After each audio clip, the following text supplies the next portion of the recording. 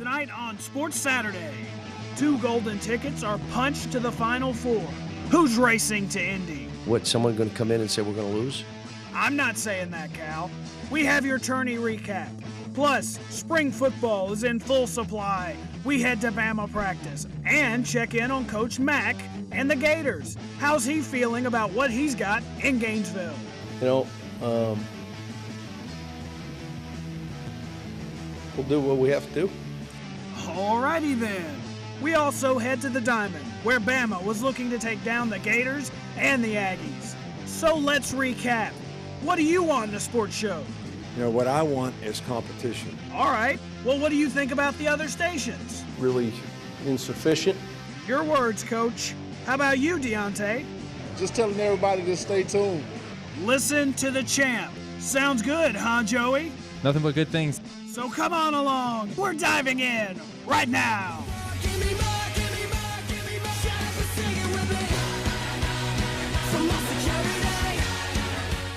All right, a high-energy start, but hey, a disappointing story to begin with for Alabama's football program. Sorry for the downer.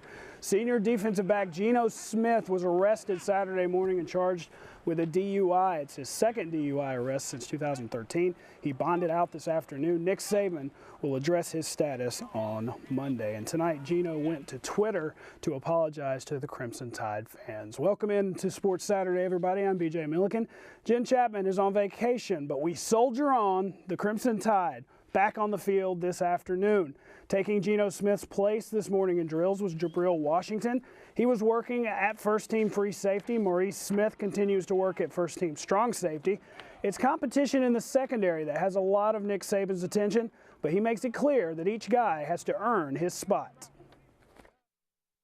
What I want is competition. I want guys to compete to be the best. I don't want them to feel like, oh, it's my turn to play now because I've been sitting behind these guys for a while, and I want to see a lot of energy and enthusiasm and intensity in the way they compete, and those are the kind of guys that we want to play with. I have a tremendous amount of respect for great competitors, and we've had some really good ones around here, and I think that should be the standard that we try to get all of our guys that have a chance to play to know that that's an important part of it, and being casual is not part of it.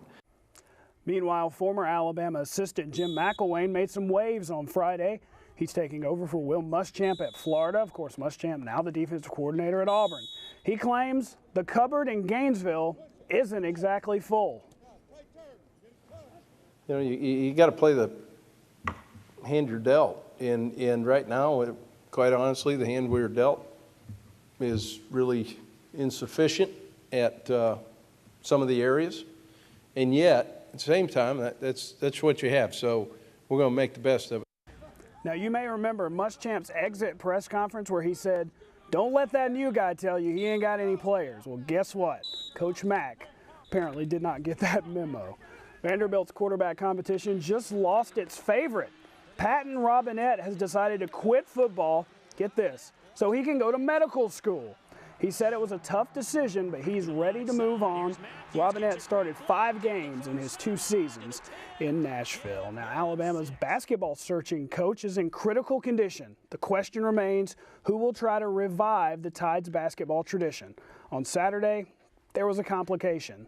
The man at the top of the list is still Wichita State's Greg Marshall, but he will be in demand not only in Tuscaloosa but also in Austin, Texas. As we reported yesterday, the Texas Longhorns pulled the plug on Rick Barnes after 17 seasons. Several reports say that Marshall and Shaka Smart will be at the top of the Longhorns' wish list. And here's what many think that list looks like tonight.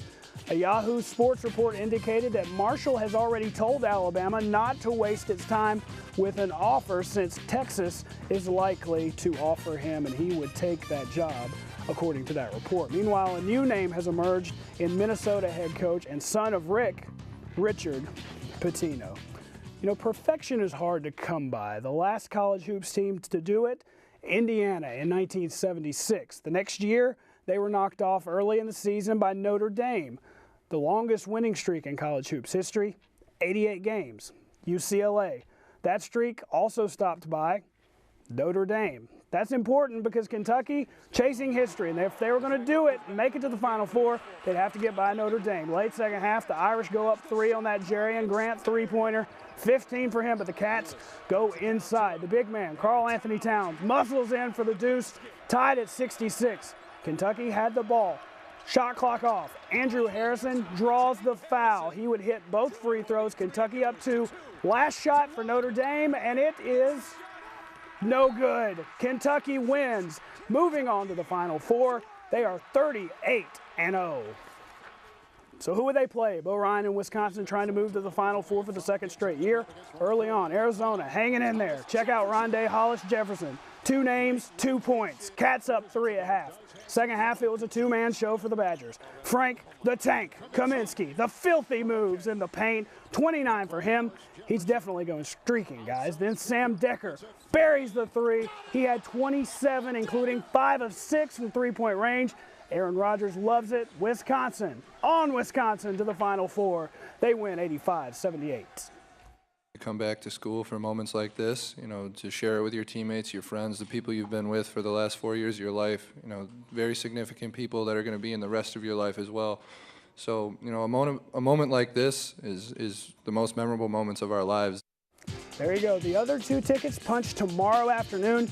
Michigan State and Louisville go first to be followed by Gonzaga and Duke. Still much more Sports Saturday to come, including a play that you're probably going to see on SportsCenter later tonight, and it was made by a Crimson Tide baseball player. Plus, the Crimson Tide softball team was in trouble against the Texas A&M Aggies. Could they get out of it? We have the highlights when Sports Saturday rolls on after the break.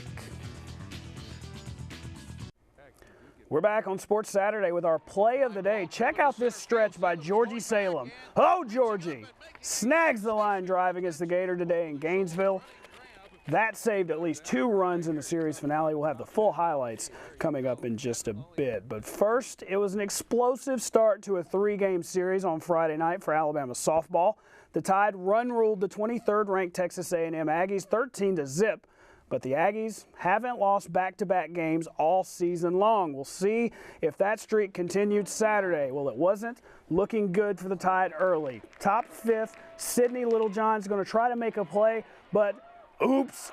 There you go, off the ump. Way to go, ump. Ball goes away. The run comes across. A&M with a 4-2 lead. Bottom of the 6th, the Tide begins to turn. Down 5-2, Marissa Runyon gone. All the way out. 2-run rocket to right, her 6th on the year. Still in the 6th. Tie game. Danielle Richard. Good eye, Danielle. She draws the bases loaded walk. That's all Bama needed. They win the game 8-5. Here's Coach Murphy after the ball game. Well, we needed to keep them from scoring a little bit, and then us, you know, kind of chip away one at a time. And I thought we were going to do that when we got it to 3-2, and then, you know, had a mistake there and gave them 2 more runs. But the 6th inning, I thought it was all about, you know, determination, staying within the, you know, staying calm. Nobody lost their head, and we had some really good at-bats in the 6th inning. Another strong game from freshman Demi Turner, 3 RBI for her. Bama improves to 8-3 in the SEC. They're going to conclude the 3-game set tomorrow at 1:30 out at the Roadhouse. The Bama baseball team finishing up the 3-game series in Gainesville. Tie game in the 8th. Buddy Reed. He's not a buddy to Bama fans because, bam, he's at the plate and the Gators are chomping. He unloads the bases against Jake Hubbard. 2 runs come across to score. The Gators score 3 runs in the 8th to take the game 7-4 and the series 2-1. So Bama lost back-to-back SEC series. The next win for them just gets tougher. They're going to host LSU at the Hoover Met Thursday through Saturday. Bama's midweek game this week is Tuesday against UAB in Birmingham. Shelton State hosting Snead State. The tempers flaring early. He's not happy. 3rd inning, Shelton's Dylan Ingram sends a flare of his own over the second baseman's head. The Bucks on the board first. We go ahead to the bottom of the 6th. Austin Williams with the base knock to center field. That's going to bring home Ingram. Later that same inning, I like this kind of small ball. It's Davis Cox laying down the perfect sacrifice squeeze. The run scores, and Shelton wins the game 3-2. They also won the second half of the doubleheader 5-1. Sprint Cup guys are in Martinsville tomorrow. A rare off day today for the Xfinity Series. Daytona 500 winner Joey Logano on the pole for the STP 500. He says that it's never bad to start first. Starting towards the front here is a huge advantage, probably bigger than most racetracks. It allows you the first run to, just be able to, pace yourself a little bit, make sure you have some race car at the end of this thing. Obviously, the first pit stall is an advantage like it is every week, but we've seen a lot of people crash on pit road here, so it's a little safer down there at the end also. So, nothing but good things happen from starting first.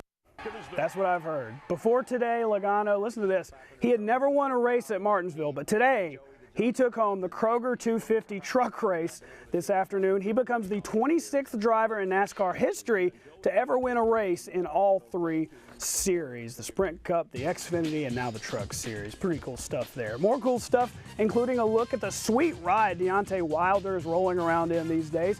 But as we go to break, congrats are in order for Alabama swimmer Christian Golemeth. He wins the 100 freestyle national title, the second NCAA championship of his career. We're going to wrap things up on Sports Saturday after the break. We're back. Heavyweight champ Deontay Wilder helped open the Sky South Gym in Coffeyville on Saturday. Last night we asked him about the prospects for his next fight. We don't have an opponent yet. We got 4 locations. We want to have it here in Alabama, maybe Mississippi, Montreal, Canada, or Atlanta.